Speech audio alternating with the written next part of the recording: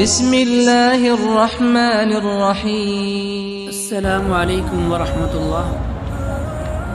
نبی کریم صلی اللہ علیہ وآلہ وسلم کی سیرت مبارکہ کا خوبصورت واقعہ۔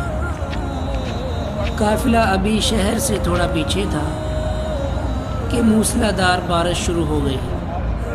اونٹوں پر لدا ہوا سامان تجارت جو کہ کھجوروں اور اناج پر مشتمل تھا بھیگنے لگا۔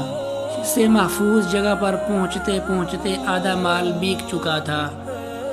منڈی میں پہنچ کر تاجروں نے مال اتارنا شروع کیا۔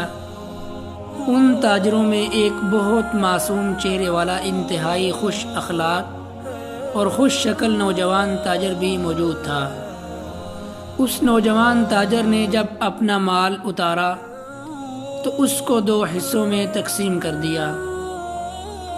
خشک کھجوریں اور خشک اناج ایک طرف رکھ دیا اور بھیگی کھجوریں اور اناج علیحدہ کر کے رکھ دیا۔ جب خرید و فروخت شروع ہوئی تو نوجوان تاجر کے پاس جو خریدار آتا وہ اسے بھیگے مال کا بھاؤ کم بتاتے جبکہ خشک مال کا بھاؤ پورا بتاتے۔ گاہک پوچھتا کہ ایک جیسے مال کا الگ الگ ریٹ کیوں، تو وہ بتاتے کہ مال بھیگنے سے اس کا وزن زیادہ ہو چکا ہے، خشک ہونے کے بعد وزن کم ہو جائے گا۔ یہ بددیانتی ہوگی۔ لوگوں کے لیے یہ نئی بات تھی۔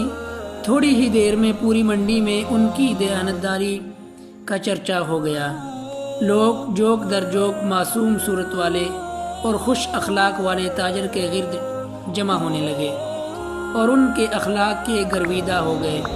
وہ معصوم اور خوش اخلاق اور خوش شکل نوجوان ہمارے پیارے پیغمبر نبی کریم صلی اللہ علیہ وآلہ وسلم تھے۔ اللہ ہم سب کو ان کے اس عمل پہ پورا اترنے کی توفیق عطا فرمائے۔ السلام علیکم ورحمۃ اللہ وبرکاتہ۔